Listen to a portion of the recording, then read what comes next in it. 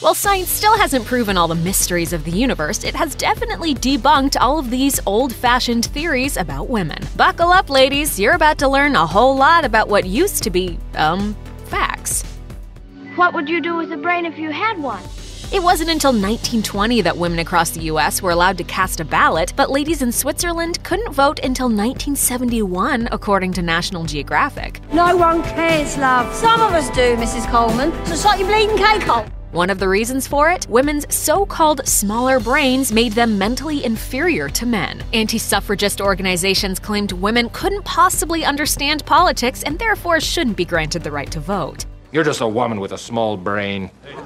With a brain a third the size of us. It's science. According to sciencemag.org and Women Everywhere, female brains function just as well as men's brains. While they are physically smaller than men's, on average, this correlates to body size and has absolutely zero impact on intelligence. So, who wants to become a doctor? You want to? According to womenintheancientworld.com, Egyptian ladies way back in the day were generally viewed as equal to men, but that didn't mean that society fully understood how their girly parts worked. You! Just shut up and stay out of my way. Ancient Egyptians assumed that a couple's ability to conceive rested solely on the woman. It was thought that women with wide hips and large breasts were more fertile than those who didn't look like a future Kim Kardashian. Wow, look at that bud. Oh my God. Hot and naughty. In order to test a woman's fertility, a clove of garlic would be placed inside a woman's vagina. That belief was that a fertile woman's uterus would be linked to her digestive system and her breath would smell like garlic the next day. Boy, somebody around here has bad breath.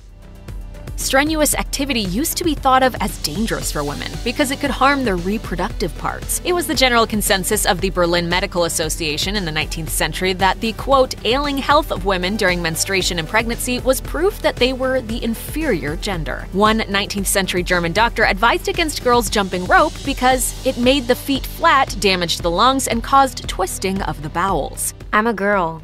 That doesn't mean I have to wear a skirt. Doesn't mean I can't get all fired up. A director of a 19th century gymnastics teachers training institute agreed, saying that women should avoid every exercise which requires sudden and jerking movements on account of the particular position of the female reproductive organs. Menstruation demonstration. Menstruation has long been one of the most mysterious and misunderstood aspects of the female body. Cherry Slush Club. Blood sisters. 12th century mystic Hildegard of Bingen, who was a woman, believed that it could be used to cure leprosy. And in ancient Egypt, menstrual blood was thought to have healing properties and was used in the production of medicines. So good. But by the 16th century, according to Sex, Age, and Menopause, it was believed that menstrual blood in the body could develop a venomous quality. Periods, therefore, were a monthly purging of those evil humors. But you didn't get off easy by aging out of your monthly flow. Women who entered menopause were thought to be harboring those evil blood spirits, which could turn aging women into witches. And there's one thing that I know that you don't know. And what is that, dude?